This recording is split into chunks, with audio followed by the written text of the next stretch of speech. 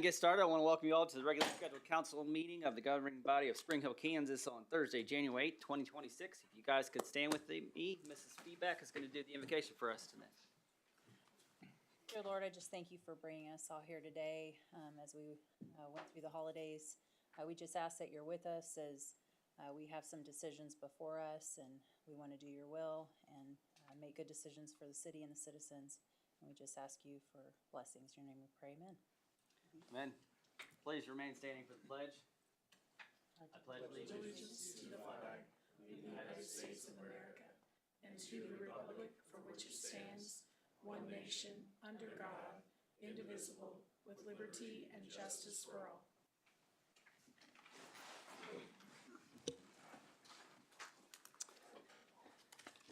Madam Clerk, if you could please take the roll. Mr. Young, Here. Mr. Peel, Here. Mr. Theron, Mrs. Feeback, Here. Mr. Grant. Here. Mayor, we do have a quorum present. Thank you very much. Next, we'll move on to approval of the agenda. We did have a few requested changes. The staff requested to change the order of the presentations, so we're moving the 223rd Street presentations to after the finance presentations, and then we're deleting executive session number 3. Other than that, are there any other requested changes or additions or comments? Hang on the third, we think we still need that. We might still need it now. Okay, we'll keep executive session number 3. Do you have a time on that? 15. Keep 15, okay. All right, well, so then we'll just move the 2 items on the presentations. Any other comments? Not entertain a motion to approve the agenda as amended. So moved. A second. Got a motion and a second. Is there any further discussion? Not all those in favor? Aye. Opposed? Motion carries 5-0-0. Next, we'll move on to citizen participation. This is a time when the public can come and speak about whatever they would like to talk about. We do have a list, and there's just one person that signed up on that list, but if there's anyone in the audience that would like to speak after he's done, that would be your time. First person on the list is Mr. Bill Peterman. I missed last month because my family was at the Ronald McDonald House. I want to thank Chad and Christine for helping donate to my granddaughter's stuff. She had over 75 blankets, all kinds of toys. I got to be the elf that wrapped the presents, so I had something positive to do that day. But there's kids there from all over the world that are stuck, and that's the only way they get presents. So it was nice, and I want to thank you two for helping with that. Now, the reason I was gone, when I was gone, I understand that something went on that I got a question about, and it sticks in my mind that we voted to help somebody, company with taxes or something,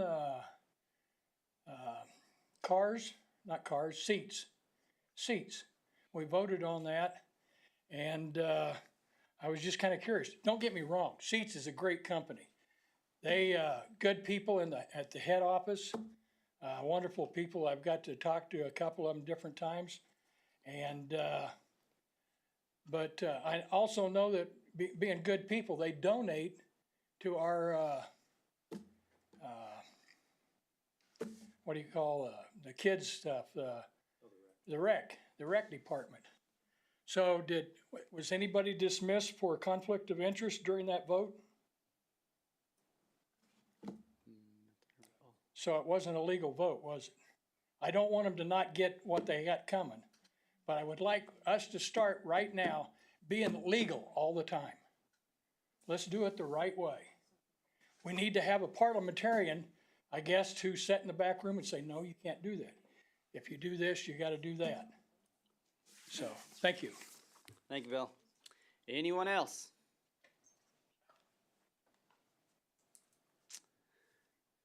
Well, I just want to speak to the Ronald McDonald House. It's near and dear to my heart as well. When I was 20 years old, my oldest daughter now was born 4 months premature, and so we spent 4 months up at the Ronald McDonald House. So that's very near and dear to my heart and to our family because they helped us out a lot 22 years ago. So yeah, good program.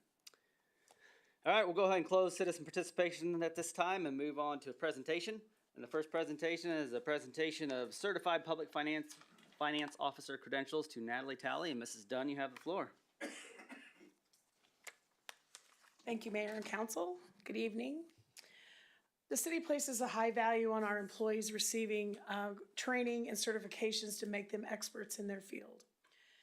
Tonight, we have the honor to present a special certification to Natalie Talley, and she's the accountant in the finance department, and I'll make her come up here and stand as I talk nicely about her. She also has her family here with her tonight. Her husband, Mitch Talley, is an administrative patrol sergeant for Miami County Sheriff's Department. And so I think we can say that public service is the family business for them. And they also have their two daughters, Hazley and Livian, with them tonight. We don't often get to talk about the credentials and accomplishments of city staff, but tonight I wanted to take the opportunity for you to know Natalie a little better. She received her bachelor's degree in accounting as well as a master of accountancy from Emporia State. You don't often find a person with a master's of accountancy. So she became a certified public accountant in 2020 and joined the city staff in 2021. She's really a talented, educated person to have on our staff, and I'm very lucky to have her there. She also didn't stop there. She continues to learn and grow.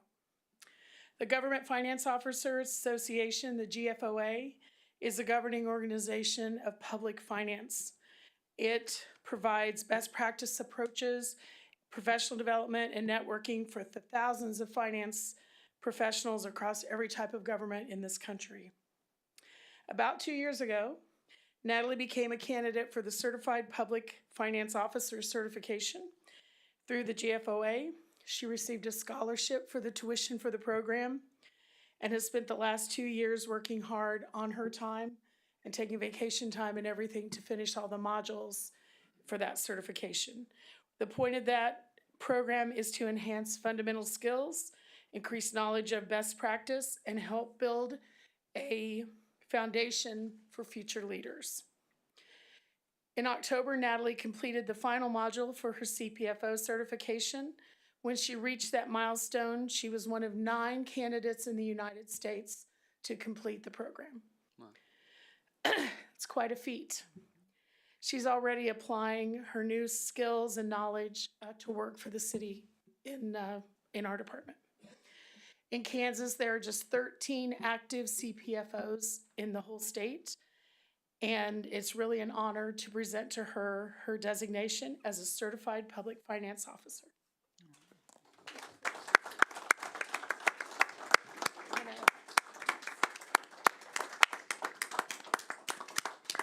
You guys, Mr. Mayor, if you'll come down, we'll take some pictures. We usually stand over here, but the photographer directs everything. Would you like this? We'll do it right front. Sorry, don't cry. Up in there, Mayor? Thank you. Oh, sure. Lane, you want in here with us? Did you say no?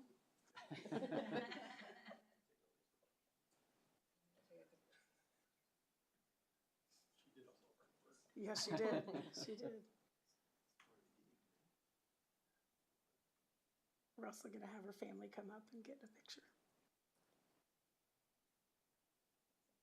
Thanks. Congratulations. Thank you. The kids did great. We didn't hear one peep out of them. We'll have them come up and get in a picture.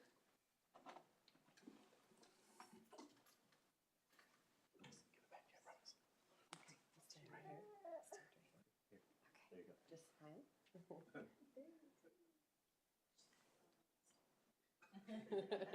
Say cheese. Cheese.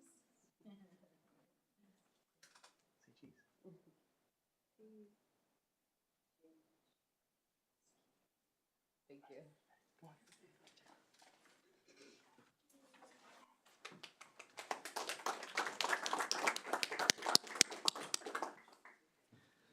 Congratulations once again. We're glad you're a part of the team. With that, we'll go ahead and move on to another presentation, not quite as fun. Presentation of the 2026 budget book. Mrs. Dunn, you have the floor. And that's I think it's a you, lot of Mrs. fun. Dunn. I'm actually going to turn it over to Natalie. This is something we've wanted to do since I joined the team in 2022. And with her new skills and organization, Natalie really carried the ball on this and quarterbacked to get us over the goal line with the budget book, and I'll let her do the honors. Awesome. All right, thank you, Mayor Berkey and council members. I apologize for my voice, but we'll get through it. Thank you for the opportunity to present the City of Spring Hill's 2026 budget book, which all of you should have had at your stations. This is the first budget book to be issued by the city. The final documents that you're used to seeing when you adopt the budget each year are just the state-required budget forms. The state of Kansas requires the staff to complete those forms and show that the city has adopted a balanced budget, but it really is just a compliance document. As you know, these forms are very technical, they've got a ton of numbers on them, and they're ultimately only useful for meeting those statutory requirements. They don't explain what the numbers mean, why decisions were made, or how the budget supports the city's priorities. The budget book, on the other hand, is designed to communicate. Its goal is to tell the full story of the city's financial plan. It provides context, charts, explanations, department goals, and so much more. It shows not just the numbers, but what those numbers mean when you're considering services, staffing, infrastructure, and the future of Spring Hill. This document was created without any new tools, and it was printed by Niffy Printing. Staff mostly used our budgeting software, which is called OpenGov, to create the document. One of the reasons staff requested OpenGov in 2023 was the capabilities that it has to create documents just like this. We first used OpenGov to overhaul the CIP document in 2024 and redesigned it to include individual project sheets with pictures and maps and charts. Then in the next year, or 2025, the finance department set the goal to create this budget book and submit it for a GFOA's Distinguished Budget Presentation Award. So GFOA, we just talked about it, but Government Finance Officers Association is a professional organization for public finance officials, and among many things, they provide a lot of guidance on governmental finance and budgeting best practices. And they created an award program to encourage state and local governments to do more with their budget documents than what they're required to do. This award recognizes budget documents that are clear and transparent and easy to understand. Today, about 1,900 governments across the country earn this recognition each year for excellence in budget transparency and communication. Staff prepared the 2026 budget book with this award program in mind, not for the sake of receiving recognition, but because achieving an award signals to our residents, partners, and investors that Spring Hill is managing resources responsibly and communicating financial information in a way that's understandable and accessible to all. It also helps us continuously improve our budgeting process by aligning us with nationally recognized best practices. To earn this award, a budget document must excel in 4 key areas. It must demonstrate leadership as a policy document, clearly showing our priorities, goals, and directions. It must stand out as a financial plan, presenting reliable, comprehensive financial information. It must serve as a clear operations guide, explaining how departments operate and how resources support services. And it must be effective as a communications tool, making the budget easy for the public to read and understand. Communities in our area like Overland Park, Olathe, Lenexa, Miriam, Roland Park, Gardner, the list goes on. They receive this distinction each year, and some of them have been receiving it for over 35 years. We set the goal to achieve this award to add credibility to our budget document as confirmation that we have prepared a document that's aligned with the highest standards in government finance. I'll quickly go over the structure of the book and just highlight some resources that are included, and you're welcome to stop me at any time with questions or comments. Okay, so when you first open the book, right after that table of contents is a letter from our city administrator, in which he summarizes the discussions that were had during the budget process and the objectives that this budget is structured to achieve. After that, the first section is overview. It has quick details about the city and the governing body that approved this budget, which is all of you. Then we move right into budget information. The 2026 budget summary should sound very familiar to you. This is the information that Rhonda presented to you on the night the budget was adopted. This section also details the budget calendar that staff follows and some definitions around the budget process. The budget snapshot is also found in this section, along with summaries of the strategic plans and financial policies that impact the preparation of the budget and the capital improvement plan. On the PDF version of this book, which is already on our website, the images of each plan are clickable links that will take the reader to the full text of the plan. The next section is financial and fund summaries. This section covers staffing totals, defines the revenue and expense categories of the city, and then moves on to some fund and functional structure of the city for reporting purposes. We show these graphically first, and then we define each major fund. The rest of this section is financial and budgetary information for all of our budgeted funds. The department goals section details 2024 accomplishments, 2025 and 26 goals, and long-term objectives for each functional division. There is also consolidated information for each department. The CIP section mirrors the adopted plan. So in it, we summarize the CIP process, including financing sources, and then all of the project sheets for the 2026-2030 CIP are included here. And then next is debt. There are some definitions at the start of this section, and then we move into explaining and showing the outstanding issuances collectively before each issuance is defined individually, with the remaining amortization schedules included.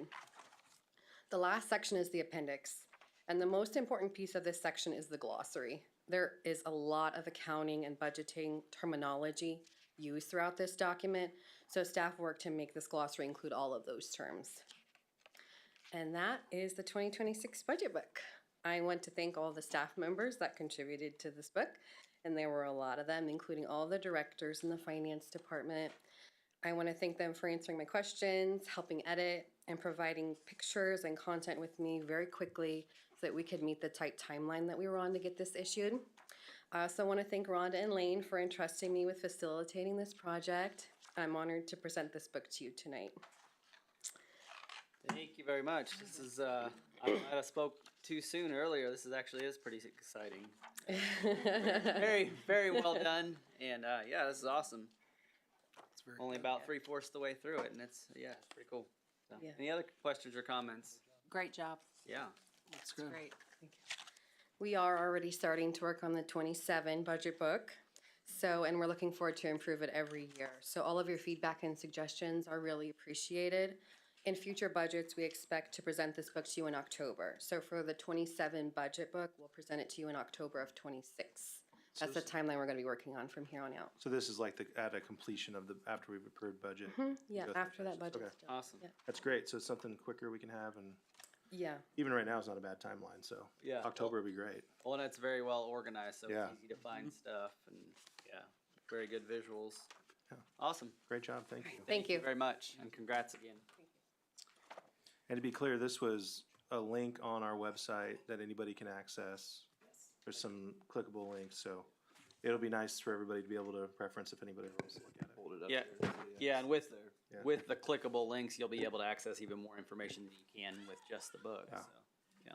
It's a great place for everything to be in one place. Yeah, no, And so it's available on our website already. Awesome. All right, next we'll move on with a concept plan for 223rd Street improvements at Webster Street and Harrison Street. And Mrs. Abel, you have the floor. Okay, I've got a couple of items here, actually several items related to 223rd Street that I'll be presenting tonight.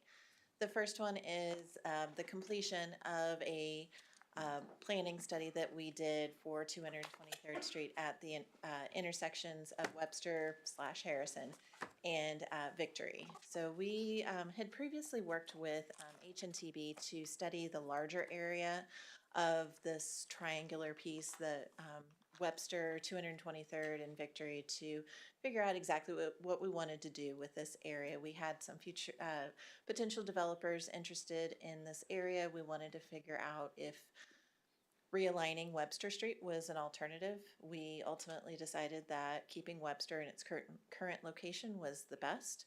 We just needed to make some improvements to the intersection. So the city worked with HDR to help us figure out exactly what these intersections look like. This was on the heels of our Safe Streets for All, or SS4A, safety action plan that we had just completed. We took a lot of our safety countermeasures from that study and implemented it here. So you'll see a lot of that included in our design. We took it a step further and we looked at some traffic flows, traffic counts at these several intersections along this corridor so that we could make sure that we were designing everything that fit the traffic needs. We held a public meeting back last fall, and during that discussion, we got a lot of great feedback from the community, from the business owners, and from the residents. We made modifications to the plan based on that feedback, and we're here tonight to present to you the final concept of that. So I'd like to introduce Jay Aber up to the podium from HDR. He was a huge help in this process, trying to figure out exactly what we needed. He has a handout of the concept to provide to each one of you so that you can see the final design. And as soon as he gets done handing those out, I'm going to give him the podium. Thank you. He can talk a little bit more about what we did to complete the study and all the great things that HDR did. So I'll leave it to him. All right, I have a very brief presentation here, but also have the draft study here and other things so we can look at to answer questions if you all have any questions. Like Ms. Abel said, we're looking at this 223rd Street improvement and just talk a little bit through this history overview, although Allison did most of that already, so we'll dwell on it too much. Some safety concerns, then proposed improvements, and then community impact. So this really came about because of the safety action plan. This was the highest rated corridor in the city except for K7 US 169, so the highest rated city street in the city because of some of the crashes that happened. The pedestrian serious injury crash there, some angle crashes, left turn angle crashes, and others at the intersections along 223rd Street. And of course, as you all know, because you were really well involved with safety action plan, that it really identifies the need to reduce all the fatal and serious injury crashes and address safety concerns throughout the city. And so this is a great first project to really tackle from that plan. So this was 223rd Street identified as a high injury corridor all the way through this area.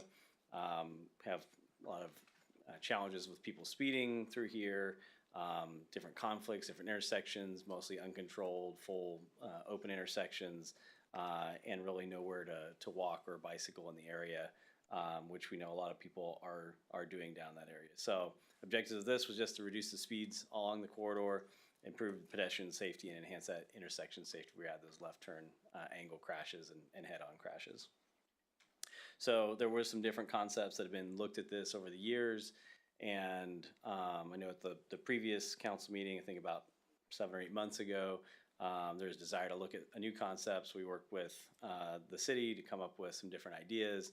And ultimately, this is the concept that we move forward with in terms of the public meeting and the analysis. So essentially, what you're looking at here is a roundabout at Webster Street or Harrison Street, depending on who you ask what the intersection is, and 223rd, and then another roundabout at Victory Road. And part of the challenge here is because of the spacing between the intersection ramp and the Webster Street, it's difficult, and some of the topography and other issues, it's difficult to have, a roundabout at the ramps and at Webster Street, or a signal at the ramps and one at Webster Street. They really kind of need to work hand in hand together. In this concept, that ramp would be a right turn only ramp. So if you wanted to make a left turn coming off of 169 going northbound, so coming from the south, you would make a right turn and make a U-turn at the roundabout. And same if you want to turn left onto 169 and go north, you would go around the roundabout and make a right turn. So that avoids some of those turning conflicts. Does bring a little bit more traffic into the roundabout, but projected in the future, the roundabout has level service A. I think the average delay was like 6 or 7 seconds. So it has very, very good traffic operations through there. This just shows us a little bit more detail.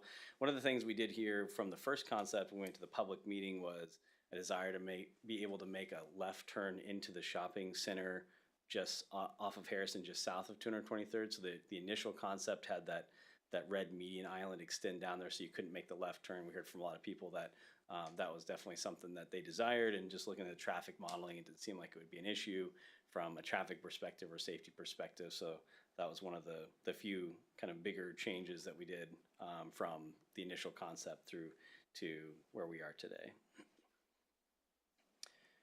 I think what we show here also in between is not divided by a median necessarily. So as development comes in, I think each of those intersections between Webster and Victory need to be analyzed in terms of what does that look like? Are there turn lanes there? Is there other traffic control needed there? But the idea would really be to kind of limit the number of access points between these roundabouts, but not restrict them completely. There's not really a need from a safety or traffic operations perspective to completely restrict access between these roundabouts. But it would be beneficial to limit that to some extent, so we don't have a lot of, individual driveways along there. So as Allison mentioned, we had the public meeting on October 1st of last year. I guess we can say last year now.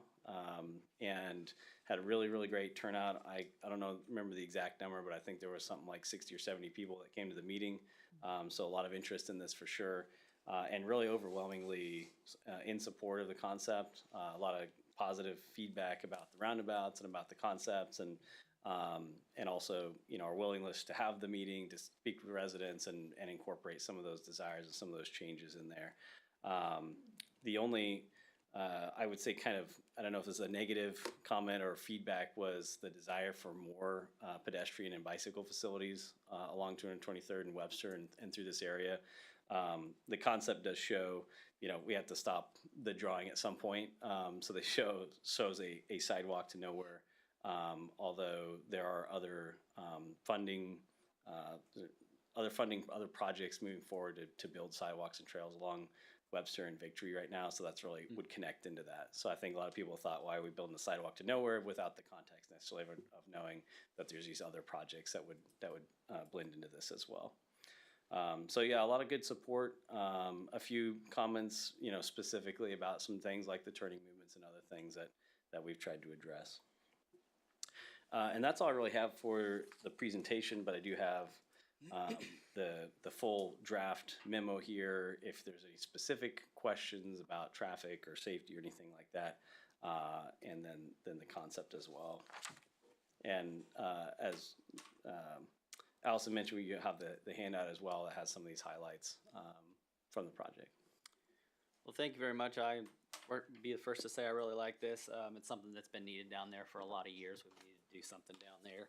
I like what you guys did with the constructive feedback on like the turn lane and stuff, putting, turning into that first set of shopping area there. So I know some of the businesses there were real worried if we had that media in there and people couldn't turn in there, that they would just skip those businesses altogether. So I think that was a much needed change right there. One of them that I pointed out on that one. And then, yeah, the rest of it looks great. So I'm excited. That handout that you gave us, is that gonna be accessible is that gonna be posted on the city website or something to where people can have access to it? Allison said, send it to me and she'll post it. I'm just thinking people that couldn't make the meeting or would wanna see it. I was there at the meeting and I just love that the public had the opportunity to voice their opinions. I can't remember, was that something we were gonna do anyway, or is that something that we asked for on the council? 'Cause I can't remember. The public meeting was something the council had requested. Okay, I think in the I initial thought so. council meeting, there was a lot of desire expressed for Right. more input. Right, so just moving forward, I think that'd be good for other projects. This is a fine example of it, cause you had 70 to 80 participants, so. But I appreciate you all too, you did a great job. And I appreciate the business owners that were involved with this as well. I met with some and they had voiced some of their concerns back when we were first talking about this. So I appreciate everyone that got involved and gave their concerns and input and stuff. So it really, I think, helped forge the right path forward on this. Yeah. I see on the Webster one, because the big thing for me, I was gonna bring up, and now that I see it, that new roundabout kind of at Ridgeview and like 167th has nice crosswalks like these, but on the Victory one, I didn't see that. I guess there's one on the north side, but not for this south side to get across. Was that something that we would look at, or is that just, or is there a specific reason of why they're not there now? So I think in terms of this concept is really, again, tying into those other projects because we don't have the sidewalks on the other side. We didn't have the Okay. crosswalk. You know, if there's a future expectation that there would be a sidewalk south on Victory or east on 223rd, those crosswalks could be installed and sort of like, you know, a ring sidewalk around the roundabout, so to speak, so it's Yeah. easier to connect up to it. So that's definitely something that could be Yeah, added. because like the southwest and the southeast corner are both C2 right now, so those will definitely be things that'll probably be accessed through sidewalks, I would assume, especially. And then, is that the route that we have now is kind of the east side of Victory for the trail system that we're putting in? So that's what we The have trail should be the other side. on the other side. Yeah. Yeah, so I think that was So when the sidewalk will be on the east side and then a trail will be on the west side? Other way, okay. Yeah. All right. Just trying to acclimate myself to the picture. And then same thing kind of on the Webster one, it looks like, I know you said it's a sidewalk to nowhere, but I'm just trying to picture, because I knew we have plans for a trail. Is that the trail then on the west side of Webster? Or would that be on the east side? So, east side. Okay. But it's not a big deal. I'm like, oh, okay. Well, maybe and we had it over there. I'm not sure that there would be a need, like if you're looking over at the Webster Street one and 223rd Street, I'm not sure that there would be a need for that sidewalk on the west side once we have the trail on the east side, because it'll effectively do the same thing. I don't think you need both. Yeah, no, outside of that, I like everything about so the only question I have is I know that there's been some developers that have come in and said they need a stoplight at like that Price Chopper Way section. Doing this, is that gonna stop the ability to put one in there? Or what would we do kind of in that section if there's things to the left or to the north of 223rd? Would we have to make it reroute to Webster for the most part for access? So I think any of those future developments, you'd want to really evaluate that at that time. Okay. Having roundabouts here doesn't preclude the ability to have a traffic signal. Okay, I just didn't know if it was too close or if, Yeah, if you don't want them too close, within a couple 100 feet, Yeah. you know, but if it's a few 100 feet off, and it kind of depends on the modeling, and you know what you don't want to do is have a traffic signal so close to a roundabout that if there's a red light, that queue kind of backs up into that's the kind of circle. what I thought, yeah, so. And it's not too terribly close, but at the same time, it's close enough that, I'm assuming if they put an entrance in at, I don't know what the actual name of this, Price Chopper Lane. yeah, If Price they Chopper ended- Way. yeah, if they ended up putting a stoplight in right there and an entrance into that north development, could be a possibility, you know, Yeah, in the future if somebody developed that area. yeah, no, I don't care either way, I'm just wondering if that's just a turn lane that goes left and there's no stoplight there, or how we would do that, but. It's just short of 600 feet, according to Google Map. So that's probably a little quite far enough then, I guess. Yeah, so I would say, I think certainly doesn't preclude it. Yeah. I think with the traffic study, you may find that a traffic signal is not warranted there. Maybe it Yeah. is. I think it's probably not ideal necessarily to have a traffic signal there, but I also, again, don't think that this design would preclude that from happening. Well, I think the slowdown that the roundabouts give probably make it easy enough to just make it a left-hand turn, at least in the beginning, Yeah. until we get real busy. I mean, it also depends on what develops there. Yeah, You know, exactly. If a Walmart happened to go in there, you'd probably want to stop light. You know, if it's Oh, I hope not. something a lot smaller, then you No, yeah, so that, I'm just asking just because I know that that's been a question before, so. But yeah, other than that, I know Victory's not nearly as busy as the Harrison one as far as traffic going back and forth. I think the big concern at my portion of Victory is the speed people are coming in from the county, that this will be a good kind of slow down section for it. Because people come in hot, I come in hot coming from that way, because you just don't pay attention. I mean, you're going quick. So, it's a straight shot, so I think it's a good spot to have, even though we don't necessarily have the most traffic at that intersection. well, and especially in morning and evening time, Yeah. there's a pretty good backup there even now. So Yeah. as it develops more, it'll get more and more. I did have a question about the 223rd, Harrison, Webster, kind of where your, I guess, median crosses over the 169 entrance and exit ramps. I know at the last meeting, we kind of talked about semis using that exit to kind of pull off and to get there to kind of park on northbound. They won't be able to go straight through and park there as this stands, correct? Or So is that a red that they could literally drive over? this would, in the way it's envisioned now, would be a median with curbs, so they wouldn't, I mean, I guess they could drive over, it, Yeah, but they would be, would not want to probably. At the same time, you know, once this is laid out, and this is laid out really to accommodate trucks, but there'll be more detailed design work as this moves forward to make sure that they would be able to make all the turns. And that's something KDOT will require anyways. And so if they did that, you know, it would be somewhat inconvenient for them to make a right turn, go around the roundabout and make another right turn onto the ramp, but they would still be able to do it. It just would be a little less convenient. Okay. So if I remember right, the actual roundabout in the middle is not gonna be curbed, it's gonna be more of like where the trucks can kinda go up on it, so just be elevated a little bit. Kinda like the one at, It's the Kind of overflow like by the high style. school. Yeah, exactly. Yeah. can we get public questions during this since it's a? No. Go for it.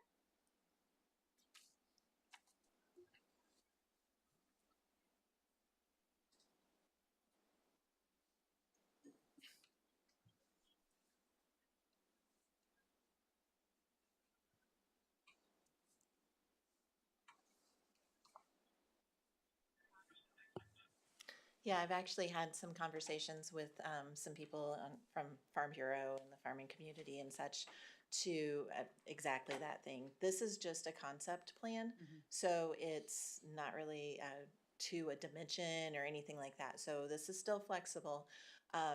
As we start to, move forward with the final concept and everything in the future, as we have funding, we can define this plan better. And I've made the promise to the farming community and to Farm Bureau that we will engage them at that time to make sure that this fits their needs. Right now, I kind of envision that this is going to be a relatively low profile area. The red area on the screen does show that as a truck apron, which is basically a ribbon curb that, cars can drive over that. It's meant to have like the back tires of a fire truck to go over that so that if they can't make that tight of a turn, their wheels can still go over that and not do damage to their vehicle. We could possibly narrow up that green circle in the middle of the median to allow for more of a shy distance to provide that. So as we start to move through that process, we can get dimensions on the farming equipment. The engineers can run auto turn movements through there based on those dimensions of the large trucks to make sure that they can make those maneuvers as they need to. But those are all things that we'll take care of during the final design phases once this project does move forward after we get funding. Bill, if you wanna, Oh, yeah.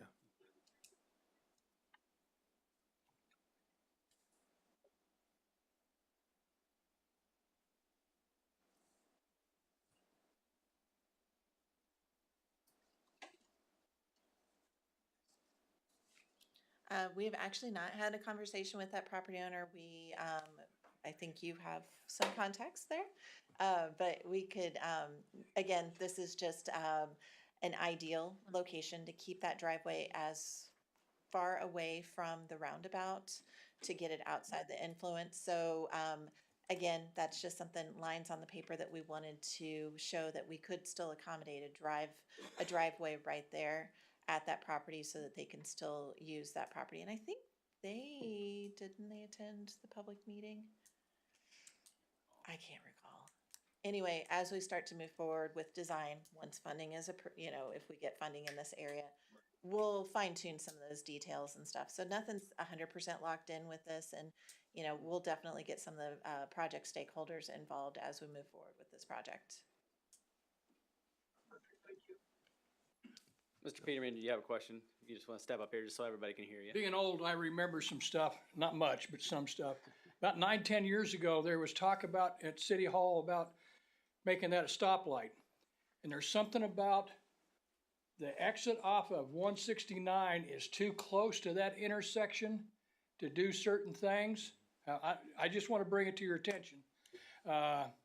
And it might be, I think at that time they was thinking about moving Webster in a little bit more in town. So I just wanted to bring that up so you guys didn't miss that.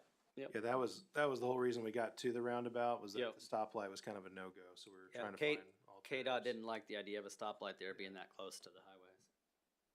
So that's kind of what kicked this off, Bill, was that initial conversation, so you're right on track. Yeah, and then we had three different concepts of realigning Webster, and this just made the most sense and was also honestly probably the most cost effective as well. So that we can accommodate the current tenants and then any future, developers. We wanted to be cognizant of who's already here and then also who could be coming. So this was kind of the happy medium. Any other questions or comments from any of you up here or anybody in the audience? So this doesn't include like right away we have to get all that kind of stuff. This is just a concept. So yeah, this is real high level. So, This is real high-level concept. Again, we'll do all of that work whenever yeah, we get once closer we to the figure out that final. we're gonna do it and then. Yeah. Okay, cool. I like the layout. I mean, personally, I think this will be good once we are able to do it. Awesome. Thank you very much. Appreciate it. Thank y'all. All right, next item on the agenda is another presentation. It's 223rd Street Planning Study with Miami County, and Mrs. Abel, you have the floor still. Yep, I'll be up here a lot today. So the next item is related, but an extension of this project.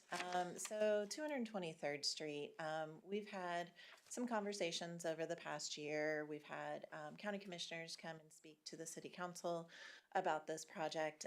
Miami County and Spring Hill leadership both agree that there's, and we've expressed interest in making improvements along 223rd Street.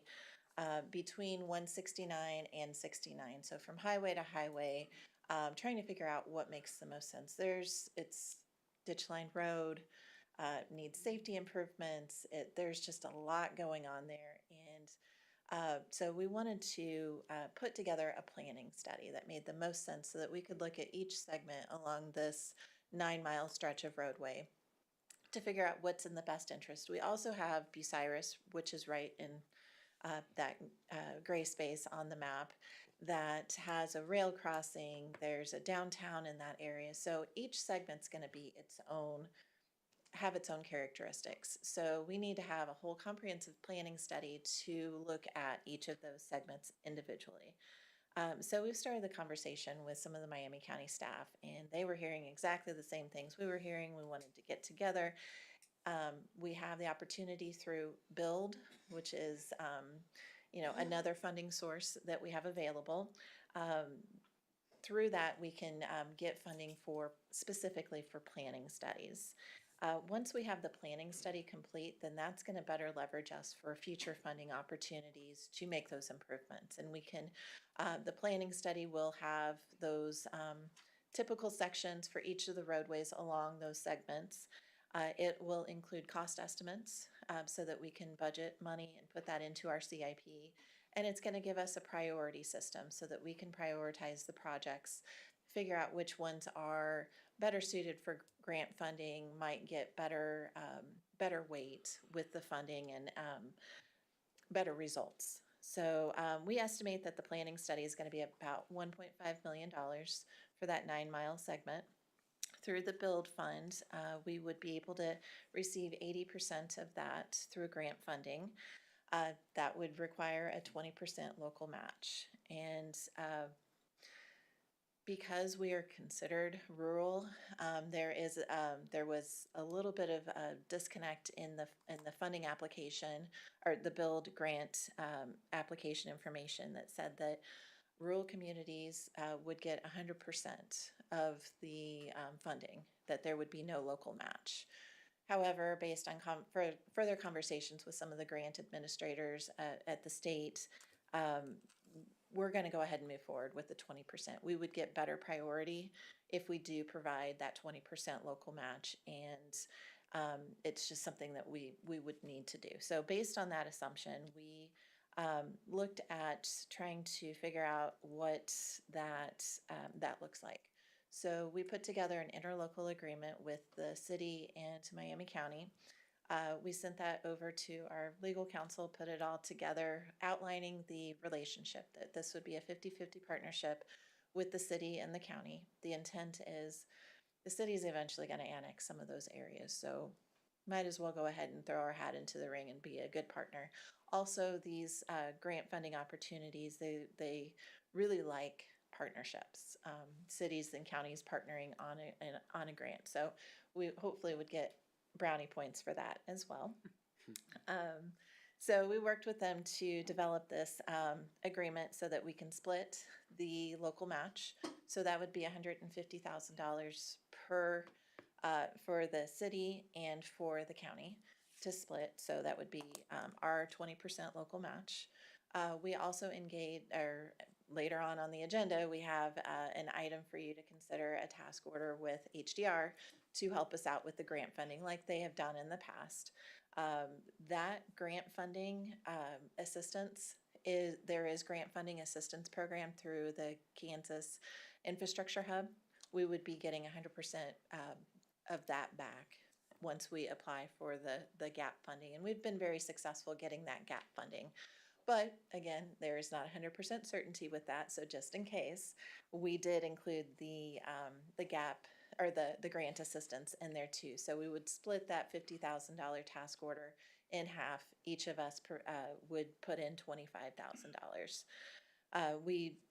Based on what we do tonight, there will be some action items later on the agenda. I'll be back up here. Hopefully that'll be a shorter presentation, but we'll be seeking approval from City Council to approve the interlocal agreement with Miami County, to approve the HDR task order, and to authorize staff to apply for the smattering of grant opportunities that we have associated with this. We are also going to seek additional grant opportunities through Kansas Infrastructure Hub, Mid-America Regional Council, and other opportunities to help bring down that 20% local match. But that interlocal gives you the worst case scenario. If we don't get any assistance through GAP or through MARC, then we would be out the $50,000 that we would pay HDR, but hopefully we don't have to pay anything. I do have Matt and Eric from Miami County here. They presented the interlocal agreement yesterday to the Miami County Commissioners. They have approved that and signed it, and it is ready for our approval and signature if you guys so choose later on the action agenda. But wanted to present this project to you to get your feedback. We feel that this is the best use of the build. I can't pass up an opportunity to apply for grant funding. Which is good. And then we also have Taylor and Jay from HDR here to take any questions, get any feedback. What did you say our total cost would be if we don't get anything to help with our local match? What's our total contribution? Out of pocket would be Was it 150 or 75? It would be $175,000. So it'd be $25,000 for the GAP funding if hopefully we'd get that. And then it would be $150,000 for our portion of the local match. And Taylor with HDR, he's going to be helping us out. I'd like to invite him up here, maybe cover some things if I didn't. Sure. So it'd be the 175 plus the 50 for HDR? Or no? That's total. Total. No, 175, yeah, 150 and 20. So 50 to HDR, which we split, and then 300 to the Okay. local match, which we split. Yep. Any other questions? He's like, you don't need that. No, I think Allison did a great job covering everything. So the 80% has been granted to us? No. So we're applying for, that's all we're doing for is that. applying. Correct. Go after it. So if we don't get that, then this is kind of something we're probably not doing Pretty at this much dead. point. Yeah. How long would this study be good for as far as, You want to talk about the study a little bit? And then also, Yeah, I mean, tagging along with that, how long Sure. would the study take? yeah, Sure. Yeah, a study would take anywhere from a year to year and a half to complete. And it would be good. I mean, the study is intended to last you, till 2050, 2060, right? okay. It's going to be, a plan that gives you all the ability to plan for the corridor in the future. So that's the intent, right? With whatever happens, right? If the demand on the roadway isn't as much as you think it, or as much as we anticipate it to be, then you have a plan for that. If it's the opposite, then you have a plan for that. So the plan will cover a lot of different things that are required to get you ready for additional funding too. So let's say you want to apply for construction funding. We'll look at environmental review.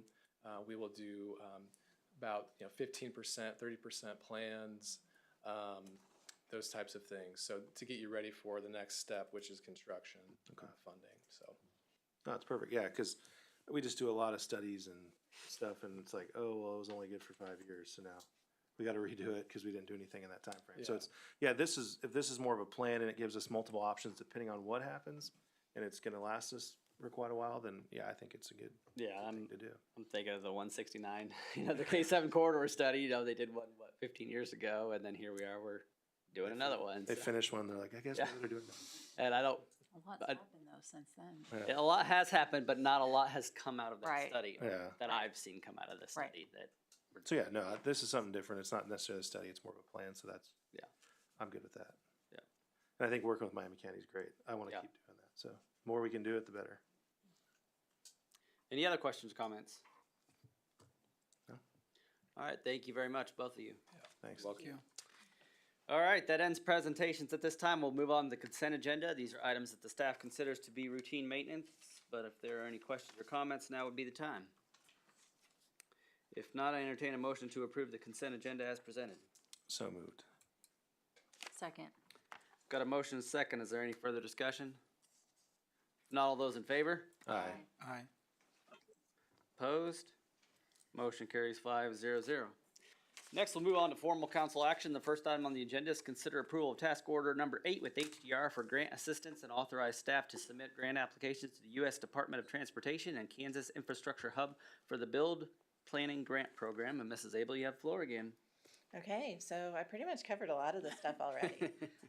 So the next item before you is a task order with HDR, and it's to do all of the grant assistance that goes into this. This is a pretty big lift for them to come up with, some of the mapping, to help with all of the wording to get the grant administrator's attention, to just help us out with all of the things. We will be looking at doing a letter writing campaign similar to what we did with the SS4A implementation grant to seek letters of support from some of our community partners to help us with this. So it's a lot of herding cats with all of this. So we have a task order with HDR. They're one of our on-calls. They've done a fantastic job in helping us with some of the grants in the past. We've won some, we haven't won some, but we've got a pretty good success rate so far. With this, we've got, it is going to be a little bit over $50,000, but the city budget has that $910 to cover that overage. But that is to help us out with the various applications from Build to Kansas Infrastructure Hub, and to maybe help better position us for any other grant opportunities that we have available out there. With this action, I wanted to go ahead and throw in there all the authorizations that we would need to apply for the Kansas Infrastructure Hub Grant Assistance Program funding. That's to cover that $50,000 that we would be paying HDR for all their assistance.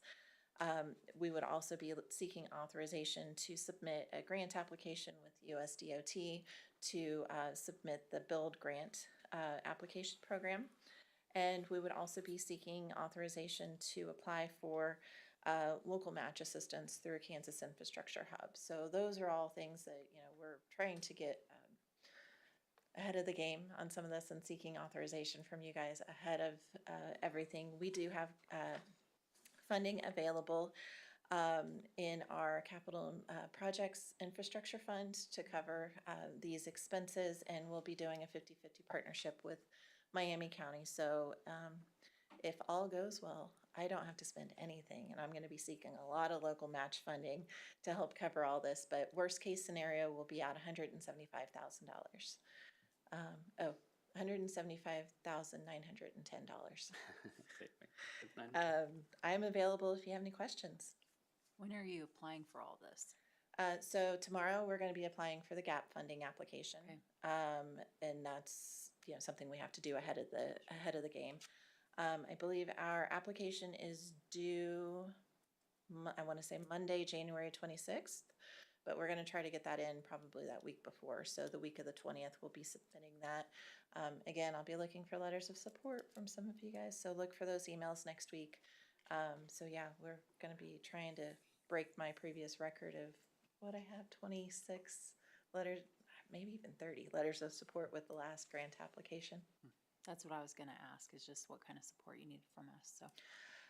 Anybody that is, involved in this we're gonna look at emergency management, people that drive this corridor.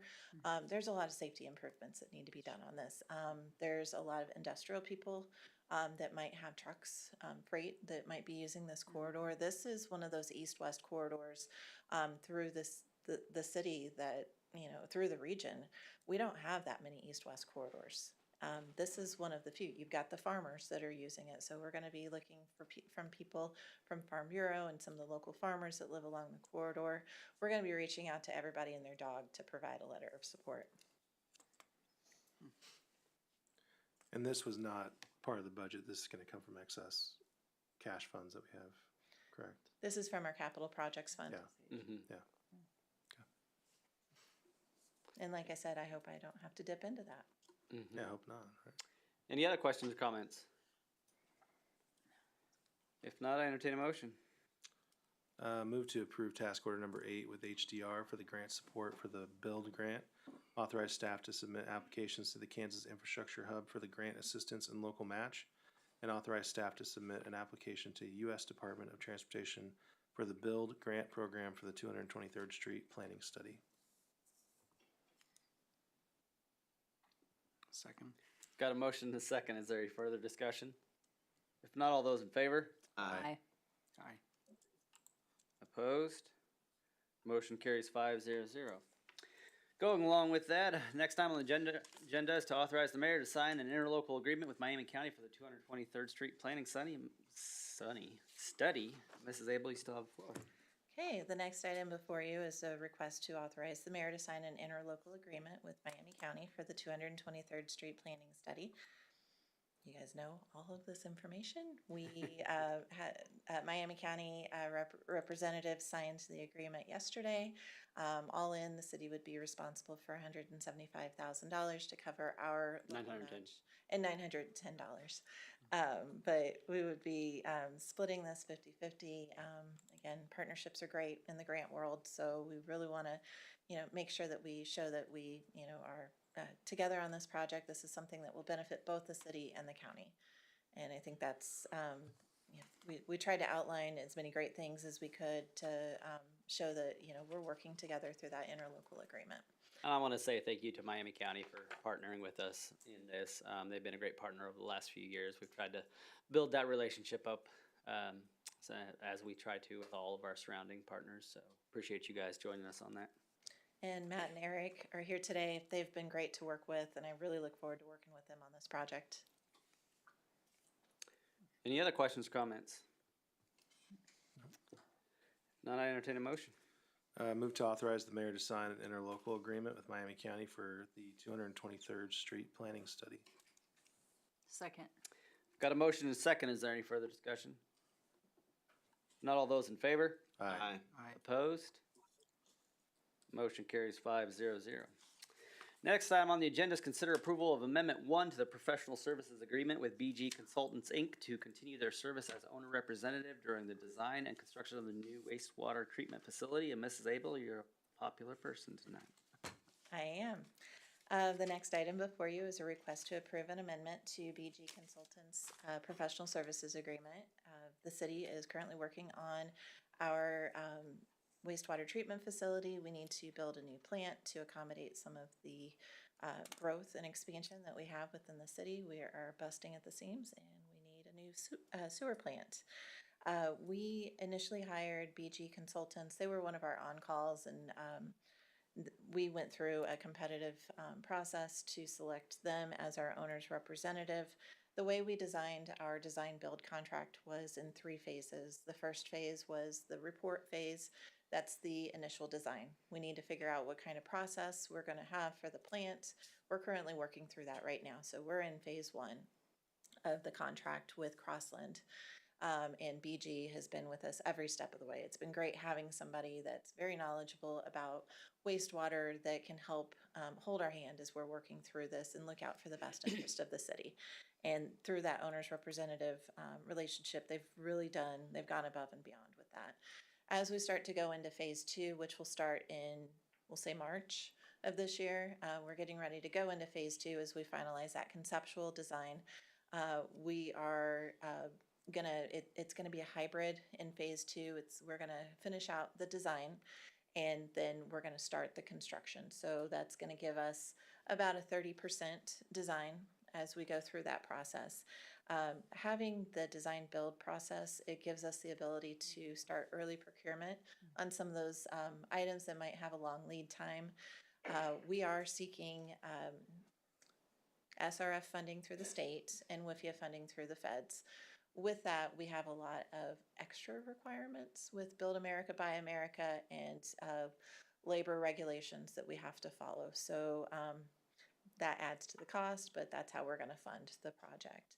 So we are working through, we will start phase 2, which will be that design and construction phase. And then the continuation of that construction will occur with phase 3, and that'll be here probably in about a year and a half that we'll do that. So we're kind of lining up BG's contracts and their amendments with the various phases that we have. So their first initial contract was in the amount of $55,694. That was for the phase 1.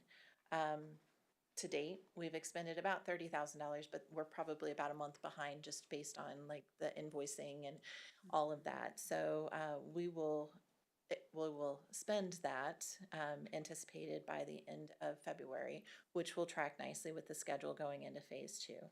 This additional fee of $176,000 will cover that phase 2.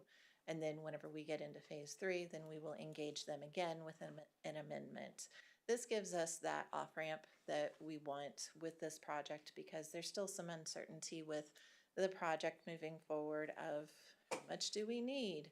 Do we really need this? Do we need this in 2 years, 3 years, 5 years? So it kind of gives us those continual checkpoints as we go through the phasing process with this. So right now we're going from phase 1 to phase 2, and this agreement captures that assistance with the owner's representative. So with that, I recommend approval of the amendment with BG Consultants.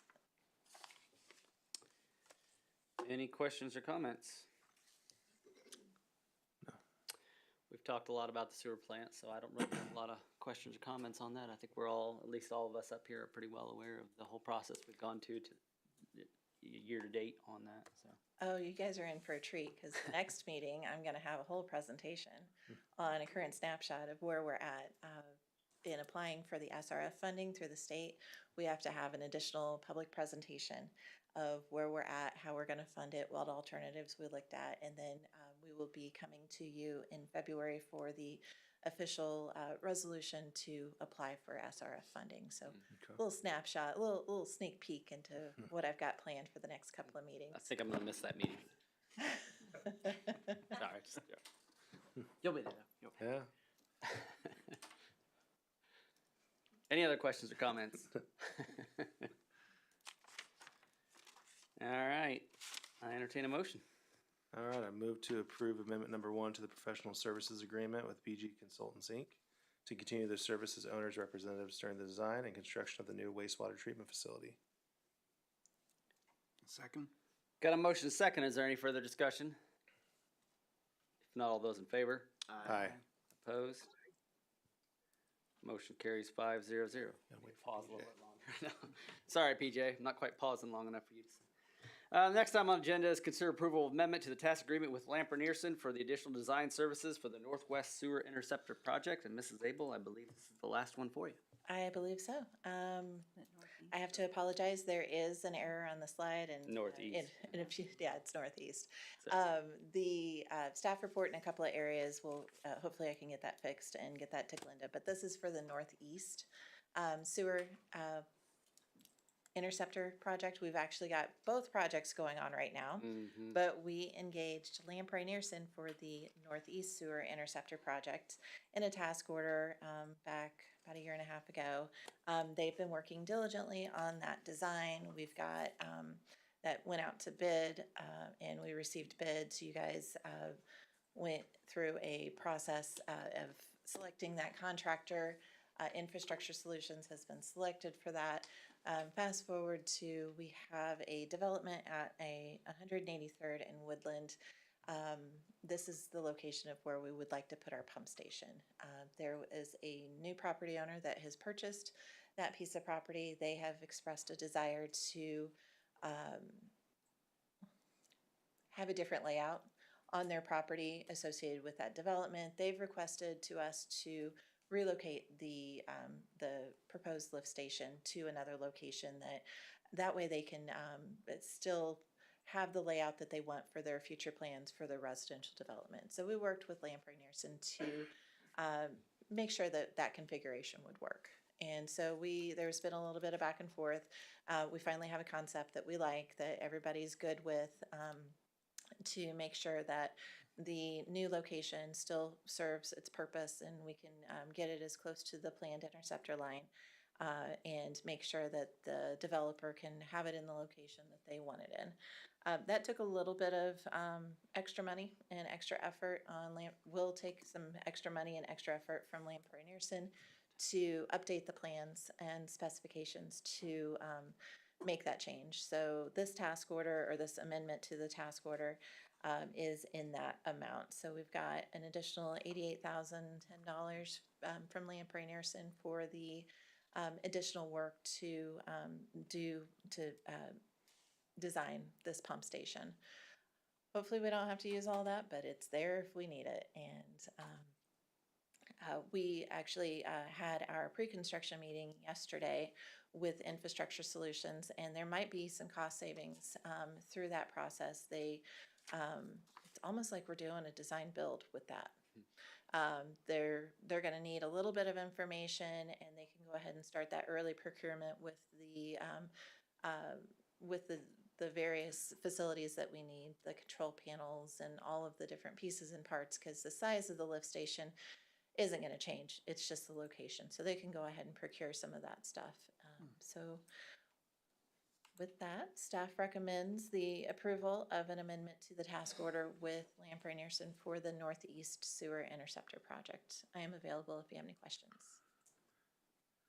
I guess I have a question. Is there any of this cost being shared with the developer that wants this moved? I'm gonna let Spencer handle some of that. Or did we not have an agreement with the previous owner of where this location was that we have to pay for the whole So thing? we went through and did the right-of-way and easement acquisition for this project based on the original location. Okay, so I'll let you cover that. That's a good one for Spencer. Yeah. Maybe. We're still working through some Right away. of the right-of-way.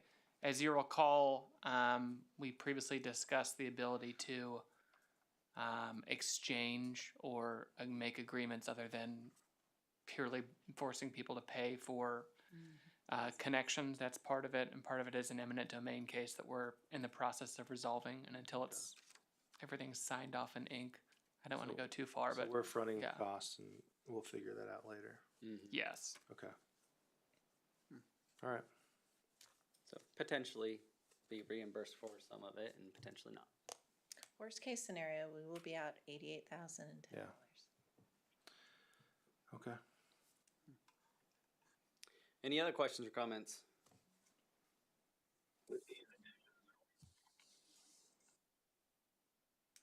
Yes, we are. So with the bidding that we had, I think 8 contractors that bid on the Northeast Sewer. We were well below budget. Came in way low, I remember.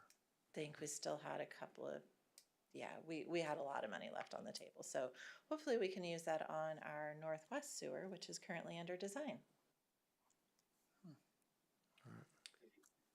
Thank you, PJ. Any other questions or comments? Not, I entertain a motion. Move to approve the amendment to the task agreement with Lamper Nearson for additional design services for the Northwest Sewer Interceptor project. Northeast sewer. Oh, Northeast. Yeah, it's wrong on there. I know, I forgot. Now it's right. Oh, up there. Northeast Sewer Interceptor project. Anybody second? I'll second. Got a motion and a second. Is there any further discussion? If not, all those in favor? Aye. Opposed? Motion carries 5-0-0. Thank you very much. Last item on the agenda is consider approval of agreement for IT consulting with Business Outcome Solutions. And Mrs. Dunn, you have the floor. We're talking about a lot of projects tonight, and this is another one, and a little bit different part of the operations. For a number of months now, we've been working on our IT structure. We've replaced our day-to-day IT service provider, and we're now ready to take phase 2, phase 3. We have a multi-phase plan to review and enhance our IT structure. And Rob Norris from Business Outcome Solutions, who is here with us tonight, thank you, has been helping us on a consulting basis. And now we're looking to move into a formal agreement with him for some of the next stages of this project. Sorry.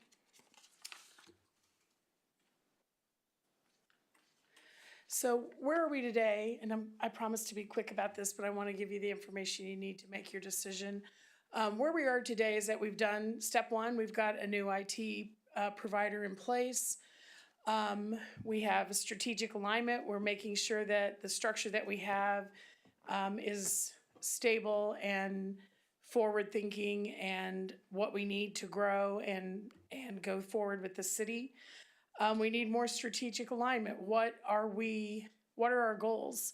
What's our strategy? How do we align technology with strategy to accomplish things? How do we get our hands around our data? We have multiple systems. I believe he lists 6 different systems here with data in them, and they don't talk to each other. So how do we put all that data to work to achieve our strategic goals and initiatives in each department? So what we're looking at is an enabler with clear objectives, unified data visibility, and automated process supporting those decisions. We have some good timing here. We keep making decisions along the way. This is kind of bringing it together as a strategy.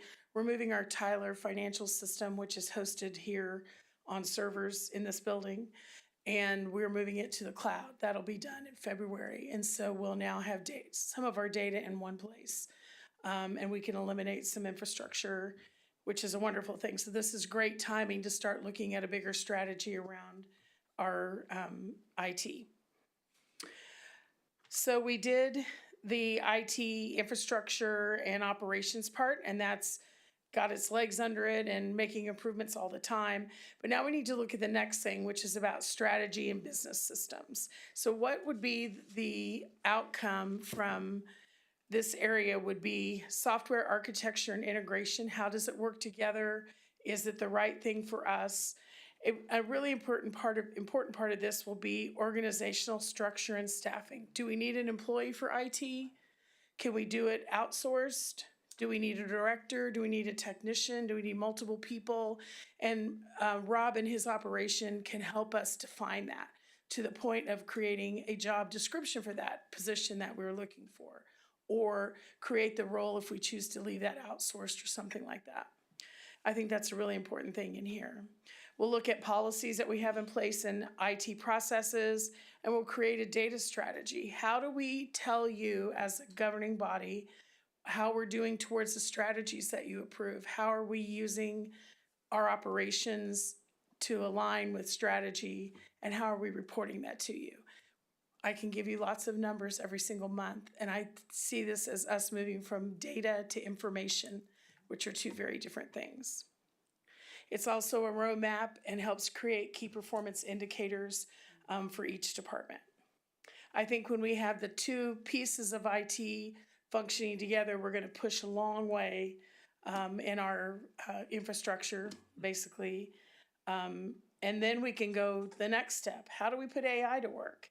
How do we improve processes? We produce hundreds of payments a year, a month. And that's paper that we float around. How can I get out of that business? How can I get out of journal entries and things like that? How can we make sure that community development's data is feeding into all of you so you know where we are year to date on building and permits and fees? So to do this in the agreement and the offer from Business Outcome Solutions, there'd be two phases. One of the things I like about its proposal is that we accomplish one phase and we pay for it, and then we move on to the next one. If we don't like the results in the first one, we're not on the hook to keep going with this process. We can also re-engineer our process to say, hey, this is where we figured out we need to go, and this gives us that flexibility. So the first one would be about strategy and design. And it would take 30 to 45 days, and it would define what's our model look like, what are our objectives, what's a 2-year roadmap related to IT and data and key performance indicators that help you in your decision making. And then after that, we'd move into phase 2, which is about getting our hands around our data, getting, what's the word? Thank you. And dashboards, and how are we sharing that information so we're using it in our daily work. And then after that, maintaining, how do we keep things moving? How do we continue to implement and improve? And that second phase would take 45 to 60 days. So this is not a 2-year program. This is getting off its feet and make a 2-year plan. The fixed cost for this would be $45,000, which is a good savings over what this program would really cost. Rob's been very generous with us and provided some services, and now we're looking to hire him to do some services. The first phase would be $10,000. We would pay that at the end of that phase when the deliverables are met. And then we'd move into phase 2, and that cost would be $35,000. And again, we pay when the project part is complete and the deliverables are given. And then going forward, we would pay long-term maintenance for their services to help us to continue to improve processes and improve what we're doing, as well as maintain and take care of, if you will, our data and our data and our dashboards and all of those things. Can I answer any questions? Did I give you information? This is really phase 2 and phase 3 of an overall IT strategy. And the next phase is to help us develop a long 2-year strategy, a 2-year roadmap for where we're headed with IT. I have some questions. So Great. the first thing is, so currently, are you using like spreadsheets? Are you, I mean, right now, if we're not on the cloud, what are you currently, just paper, spreadsheets, different things like that? It depends on the process, and I'll give you a couple examples. Invoices are printed, and we pass them around, and I literally sign with an ink pen and things like that. Okay. It's also in a system that then once that's done, we can do it automated. You know, approvals run through a different system.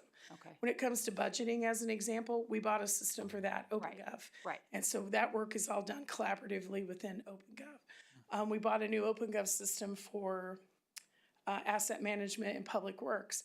It's not talking to other things. How do we feed data into it, what we paid for and things like that. So it just depends on the process. We do have another IT project you're gonna consider at the next meeting that kind of brings some of that to light, but it's not something we're ready to propose here. So question then on that. So if things aren't in the cloud, how are people, like, do you have folders then? Like, if I'm working remotely, how am I able to access? I'm just curious to get a really true picture of where we're at now, I guess. You bet. We do have shared drives. Oh, okay. Some of them are, like, I don't have everybody's shared drive. Finance has its own shared drive. Some things, I'm being very cagey here just a little bit because the public is listening. We don't necessarily want to share everything. But we do have servers that are physical servers here. We have, VPN so people can access from outside the building. Okay. We have shared drives. We have multiple shared drives depending on the situation. we're being very careful now that if somebody wants to buy another software, or they want to, you know, if I wanted to replace the financial system, I want something in the cloud. I don't want to house it here. Sure. I want it to be, we got to move forward. We can't continue to hang on to old architecture. Absolutely. Yeah. I'm currently doing this where I'm at too, so I get it, like just trying to analyze everything. Right.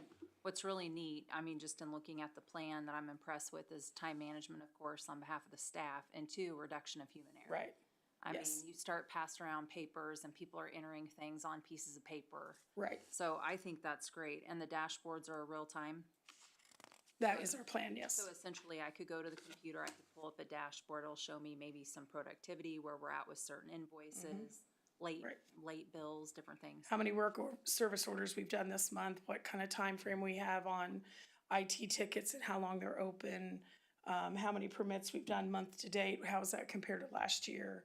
So it's, yes, it's much more data and information driven. So it's design, then they are going to integrate it and then maintain it. Yes, Okay, I just want to make sure I understood that. you bet, great questions. Any other questions or comments?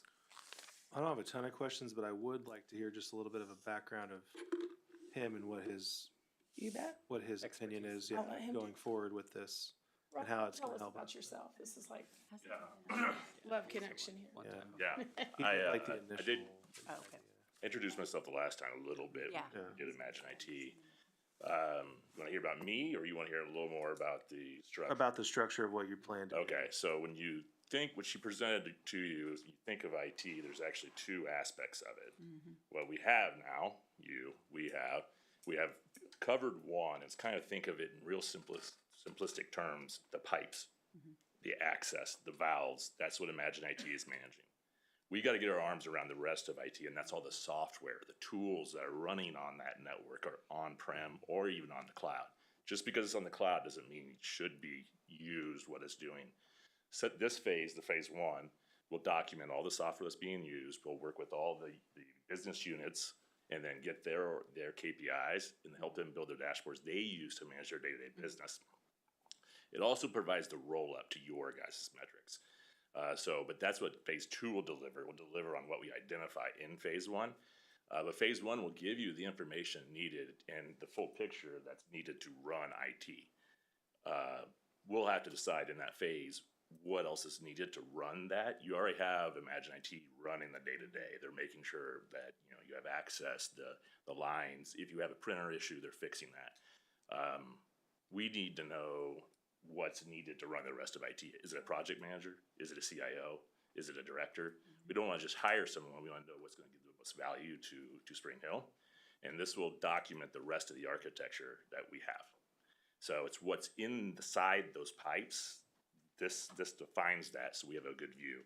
I will tell you, doing some things I think she's going to bring up to you guys in a couple weeks, so I won't raise it here. Just knowing what's running on a particular server is hard. Documentation's not there. So when you want to do a job, it takes you weeks to months just to figure out what you're trying to do so you can get a scope to price it.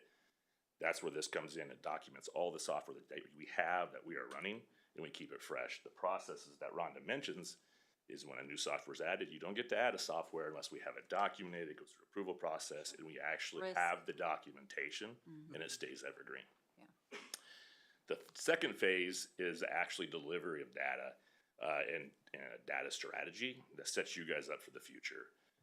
Everyone talks about AI. The first thing you should always ask on AI is not, are we doing it? What are we going to do? It's what's the business outcome we need? What are we trying to achieve? Otherwise, you could spin your wheels and not achieve anything. This sets your foundation up. So we can start the automation, and we can start doing the automation with the data. Then you grow as a city and decide, where does AI make sense? It's not just the automation portion of it. You get to move. It sets the foundation and the data strategy in the cloud, that if we decide we want to model things, we need to take a look, do analysis.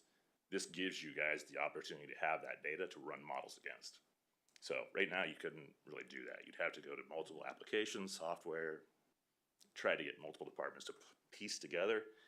By putting a data and a BI strategy, it puts it all in one place and allows you guys to manage it.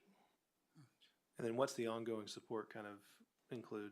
Ongoing support actually considers the actual cloud. Okay. That's the cloud's cost, the storage, the cloud, the maintenance of it, the upkeep of that cloud. That's for you guys. The other thing is the ongoing support includes making sure you mentioned, how current is it? It makes sure all the replication occurs. Every day, every minute, every hour, we decide. It's also, you don't necessarily want it over replicates. It costs a lot of money to just move money for data for no reason. But this makes sure everything stays up, it's running. When you come in the morning, when the business units come in the morning, more importantly, the data they need to manage their business is sitting in front of them. It's making sure the replication from Tyler, OpenGov, whatever application we use actually occurred and is resident in the dashboards.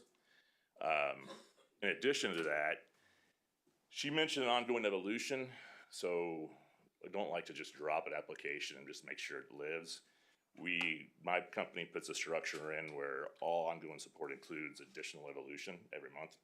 So within that, we have 10 hours baked of development for things you want to do. You want to do dashboards, you want to start running models against AI, you want to do some extra automation. Ongoing 10 hours development every month is including this. Oh, nice. When it says BI, is it like essentially like Power BI? We will use Power BI. Okay, It can be a lot of different applications.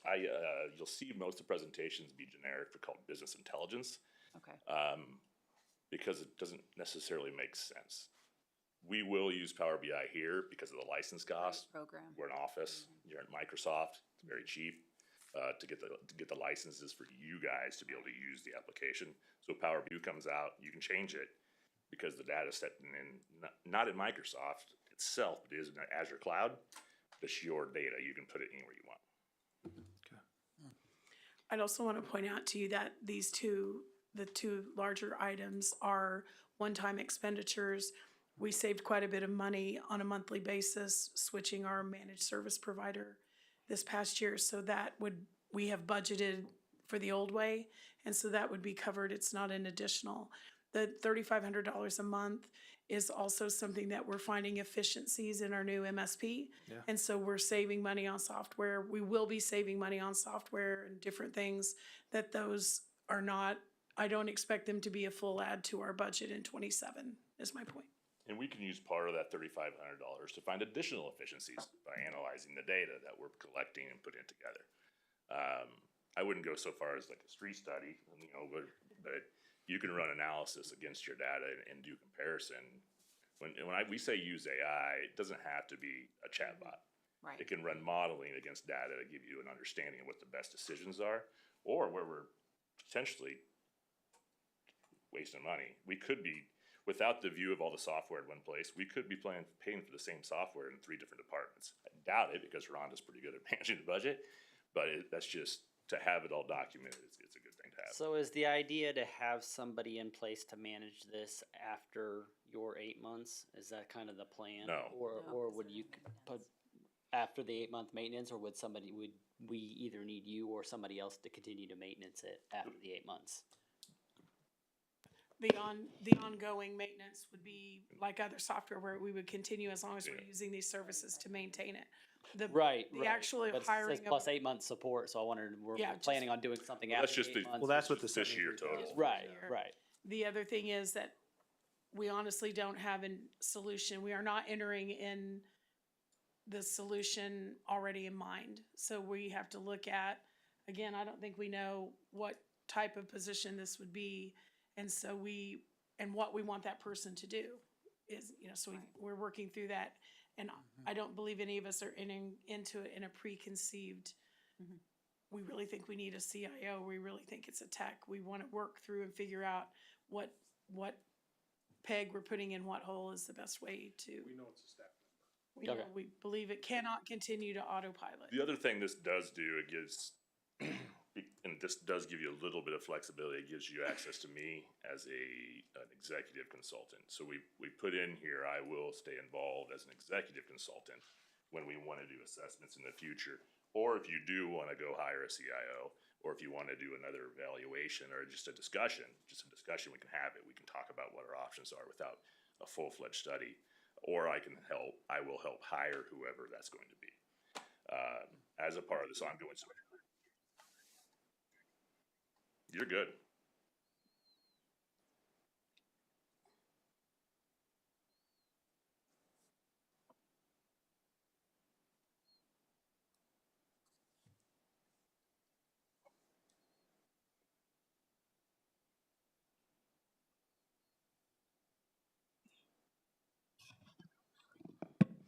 What we're entering into are the two phases and the maintenance. So we would do phase one and get the deliverables from it before we start into phase two. But in the end, it is our intention to have a full developed project, a change in our strategy, potential for a staff member, and then maintain going into the future, the management of our data, our dashboards, and consulting. That staff member won't necessarily be needed to manage your, Right, that staff manager won't be needed to manage your data, though. That's part of the ongoing support. right. This deal. No. No,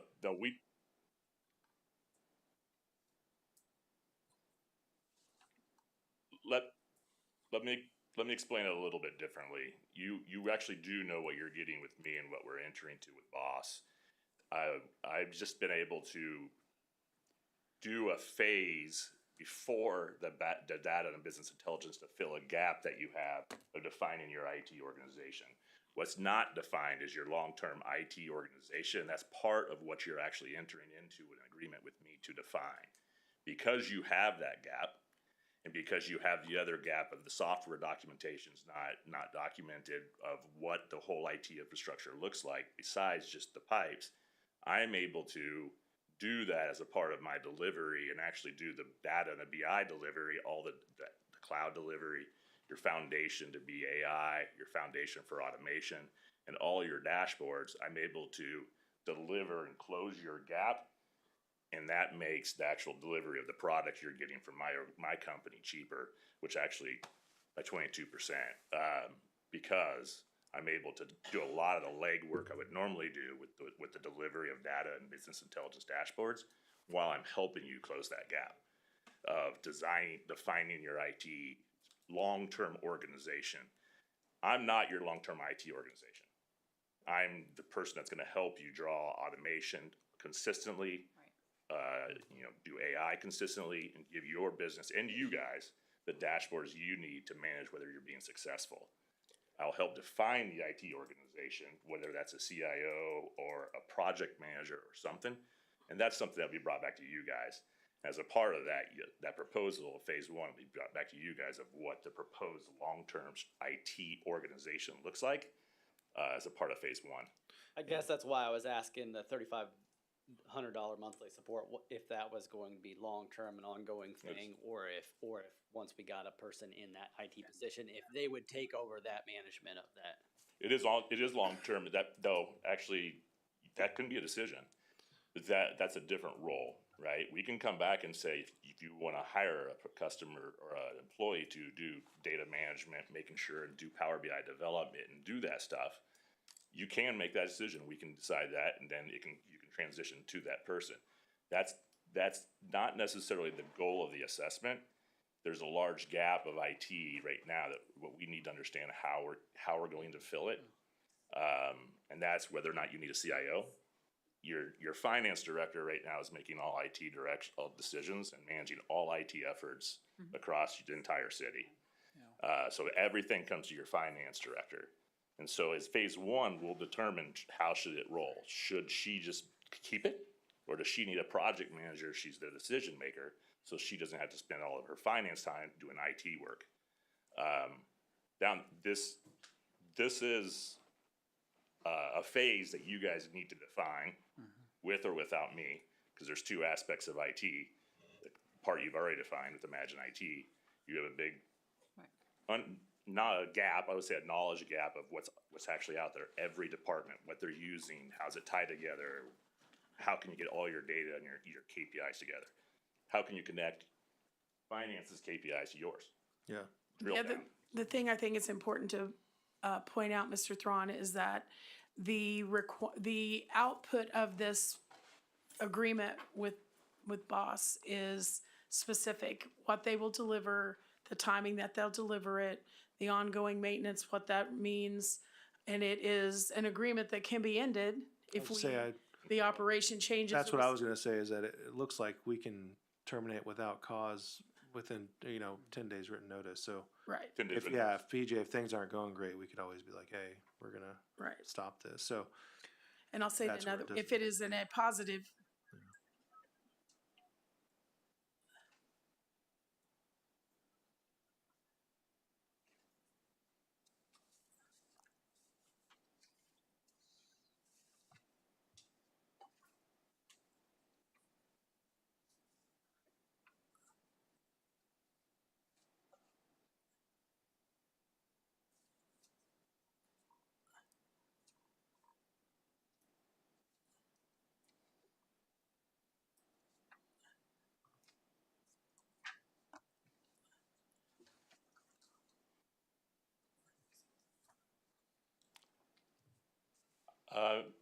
I think it does.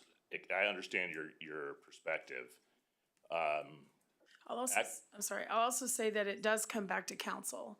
So if in the initial phase, we determine we need to hire a director of IT.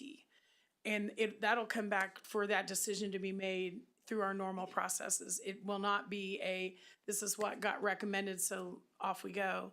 We will follow our normal approvals of steps as we go through each phase. So I guess to try to, because I think I feel where PJ's coming from. Typically, we'd say, hey, we're gonna agree to the 10,000. Once phase 1's done, we'll agree to the 35 for phase 2, and then once that's done, we'll agree to the 3,500 a month until we decide to cancel that. Are we still gonna kind of pay it out that way? Is it gonna be a 45 lump sum up front, or is it gonna be a 10,000 up front, and then you're gonna present phase 1 to us, and then we almost can at that point say, we're not gonna continue with this because we don't like the outcome of phase 1 or how you did it or whatever? Or is it phase 1 completes, we kind of get an update, but nothing really happens, it automatically goes into phase 2? Like, how's that process gonna be? The 10,000 will be paid at the end when the deliverables are met. The same, right, Of phase 1, okay. on phase 1, then we'll step into phase 2, and again, 35,000 will be paid when the deliverables are met. So I think- One of the things I like about this is it's a pay for accomplishment, not, here's your 10,000, I hope we get something out of it. So PJ, am I talking for you, if it sounds like PJ's just saying, hey, can we just split it up to say, hey, when phase 1 is done, we'll go ahead and approve phase 2? And so on and so forth, or do you need it? Yeah. That's okay. What I've done for the city here Yeah, is grouped work from phase 2 that I can knock out while I'm doing phase 1. Right. so so it's not kind of dual, So you're getting a savings on phase 2 by ensuring that I'm doing some of that work while I'm going out and defining the gaps that the city has from an IT, defining the architecture, defining what kind of software you guys are running on, and where you guys should go for the next 2 so years. I'm personally, if I was gonna meet PJ in the middle, I would say I'm more apt to say, I agree to the 45, and then the 3,500 a month we approve after the 2 phases are done. Would that be a happy medium, PJ? Of kind of where you're at with it? Yeah, here, let me Yeah. jump in. Yeah, Commissioner Thron, this is Spencer. So I hear where you're coming from. One thing, I think approaching this as maybe we're all spoiled by Ms. Abel consistently bringing us study after study after study, and we get very used to seeing things that way. Part of the reason we do studies in those situations is we don't know for sure if there's something that needs to happen, and we don't know for sure if there's going to be money for the thing that needs to happen. In this situation, and this is maybe Ms. Dunn, correct me if I'm speaking out of turn, No. the city's pretty confident that we've got to do something to standardize the IT processes and figure out where to go in the future. So this is broken up not as 2 discrete contract terms of phase 1 is maybe some research study and phase 2 is here's what we can do. It's 2 parts of one contract. There's a planning phase and an execution phase, but the city is confident there needs to be an execution phase at the end of that. And outputs for both. There's actually and deliverables in both. Yeah. there's outputs for and it's less 2 discrete contracts because phase 2 is going to overlap with phase 1. Does that make any sense, or did I make it worse for you? And if we did split them out, I feel like you would be doing double work because stuff you could have knocked out on phase 2, you would have to do over again. I if you will split 'em need out. to reassess the 35,000. If Yeah. I don't know we're going to do it, will not probably be throwing in the work on phase one that's Yeah. going to lead into it that Correct. it's not gonna be used, right? So I can define your IT architecture. I can do, if you wanna go back to the phase one deliverables, do we have it in there? Can you go back to the phase one deliverables?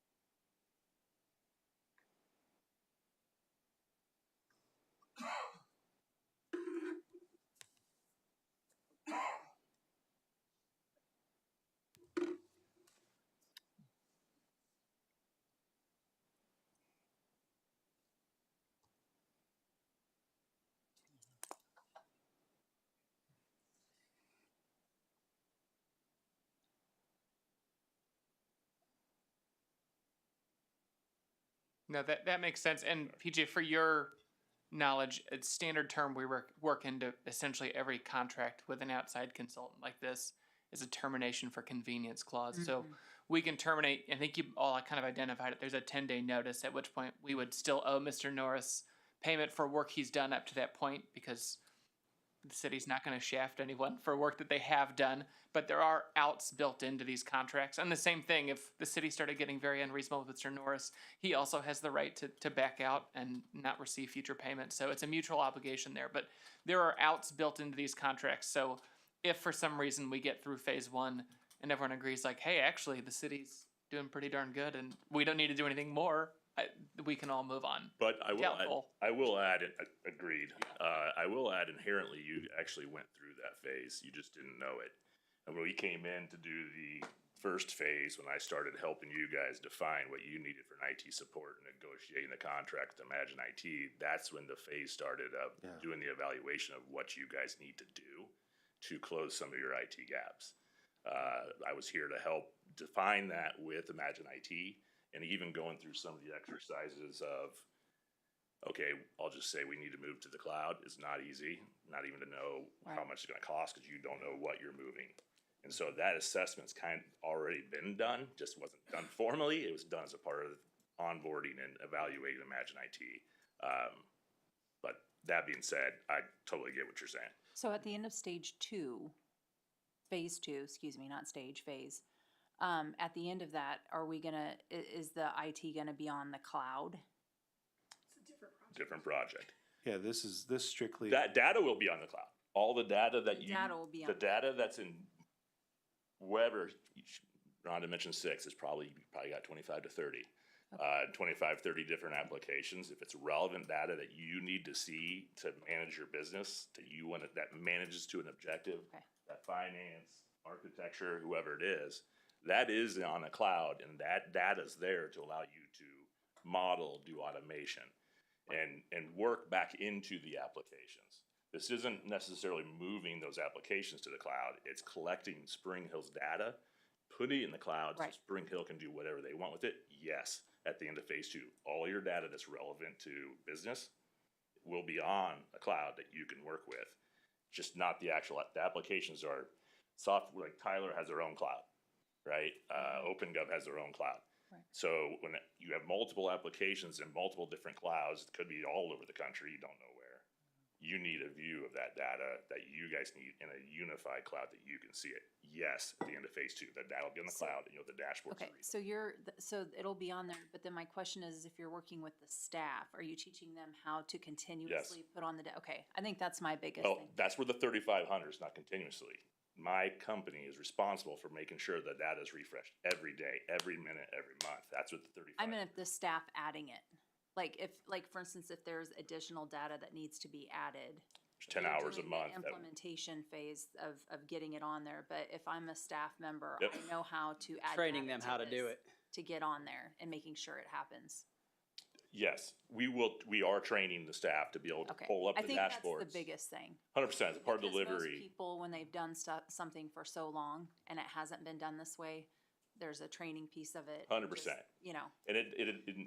We're not going away. We're there for support, Yeah. going as a part of that monthly support. Okay. Now, getting the data on the cloud, you mentioned it. That's still Yeah. my company's responsibility. Okay. Using the data, how to use the tools that are going to be using that data, we will train Okay. your team members to do it. And like I mentioned before, we inherently built in, let's say you find something that's a gap.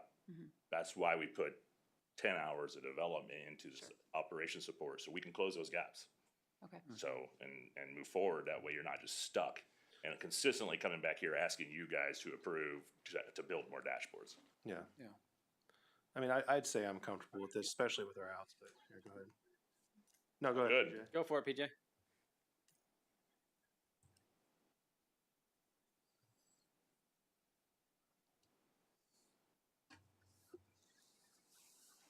Yes, correct.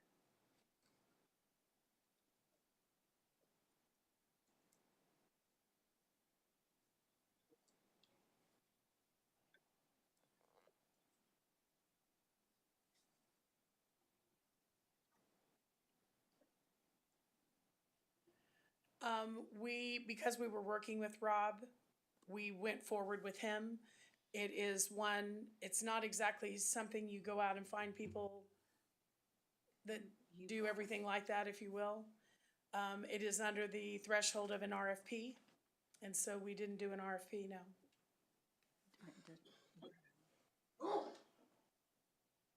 Bless you. Any other questions or comments? With that said, like I said, I'm pretty comfortable with this, especially with the outs that we have, if there is some sort of issue, but I'm okay with knowing how the process is gonna work and look forward to kind of the things you come up with. and what we're- Well, and I think there's multiple different steps of the project and phases. I think if at any point we see that something's not working right for either one of us, I think it's 10 days. clauses in there. You got 10. I only got 30. You get 10.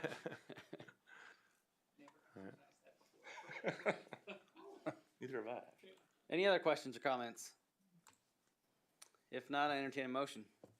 I move to approve the agreement with Business Outcome Solutions and authorize the mayor to sign the agreement. I second. Got a motion and second. Is there any further discussion? If not, all those in favor? Aye. Aye. Opposed? Motion carries 4-1-0. Thank you.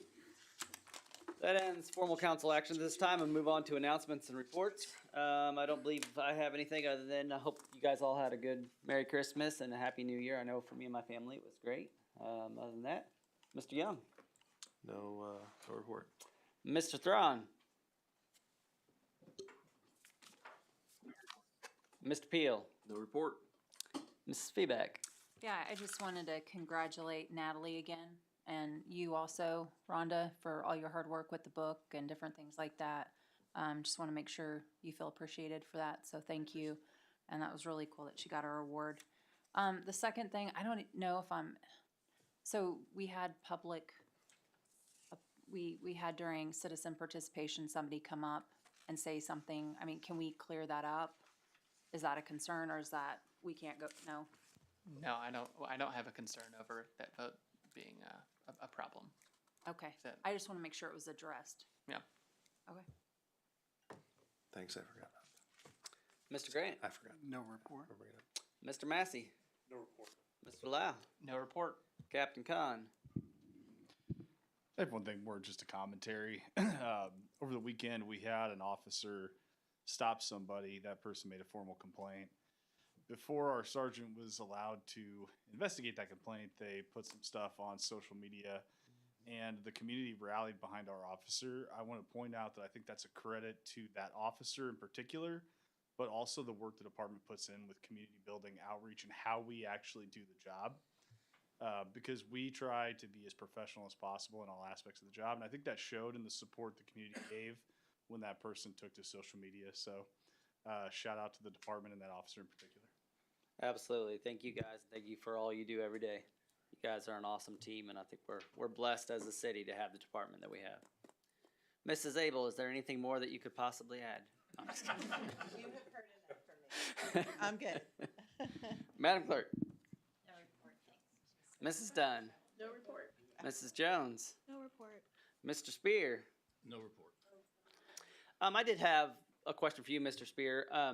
So there was several people online kind of asking about it. It looked like there was maybe a gas line break last night at Webster and was it Nichols maybe? Do you know any information on that or who it was or who's responsible for whatever it was? I have very little information. I will tell you what I know, and that will be brief. It was a gas leak on an Atmos gas line. It was not a situation where there was any activity that hit the line and damaged it. It was just a leak that occurred. People in the area had reported the smell of gas, and Atmos came out and began investigating. Took them a while to actually find the source of the leak. I haven't, and the repairs were made after hours, last night. So I don't really know all the details of what was done, but generally speaking, gas leak on an Atmos line that they found and repaired. Okay. Yeah, I knew it wasn't a city project or anything to do with us. I just had quite a few people asking me about it, so I figured if anybody knew, it'd probably be Jacobs.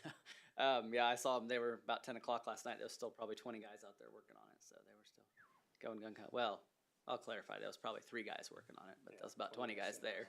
And again, that was not a city.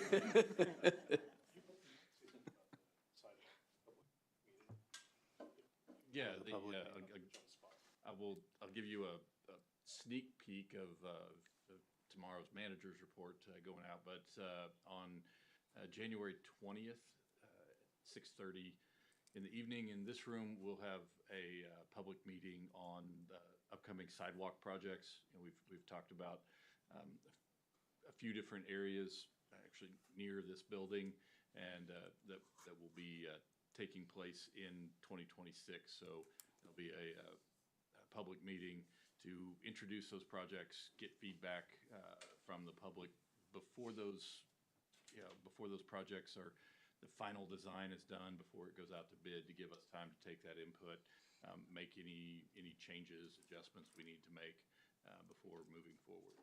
And we'll get that out media-wise, Yes. letting everybody know. Okay. I think it's already out. Yeah, it's already Oh, is out. it already It's on? already out there. Yeah, there's already a lot of comments on it. I hope a lot of the people that are commenting, there's obviously a lot of interest in it. It's something that's been needed here in town in a long time.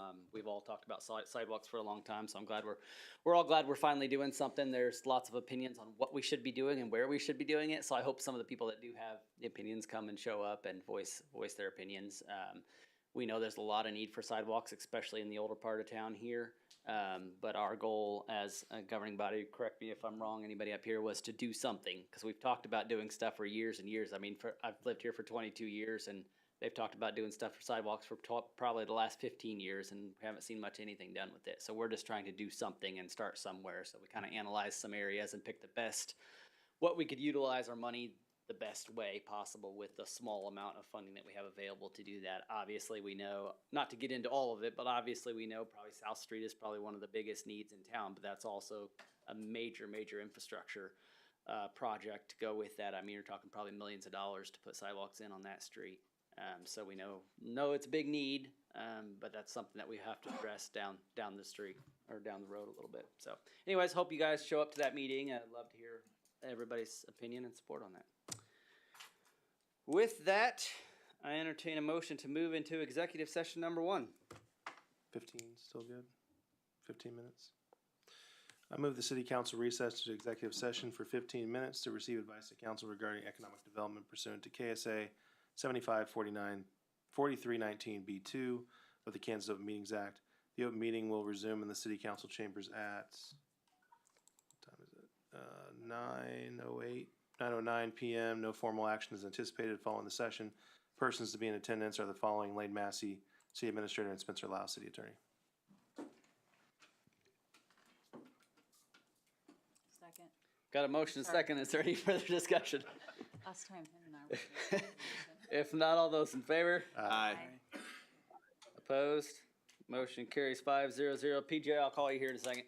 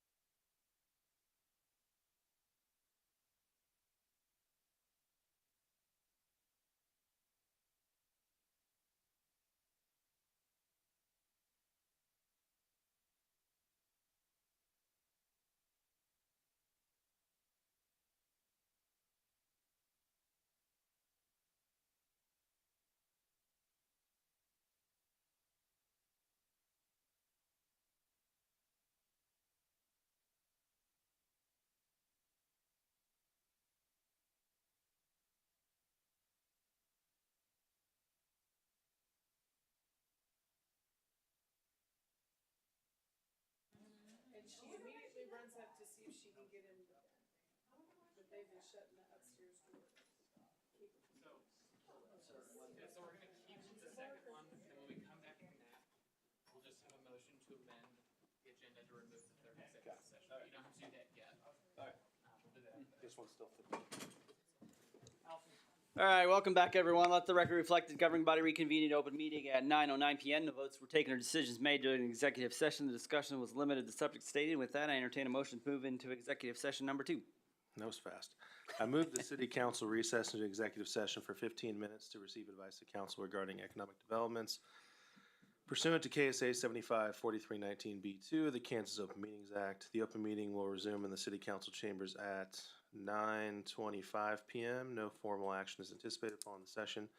Person to be in attendance for the following: Lane Massey, Allison Abel, Spencer Lau. Second. Got a motion and a second. Is there any further discussion? Not all those in favor? Aye. Opposed? Motion carries 5-0-0. See you soon.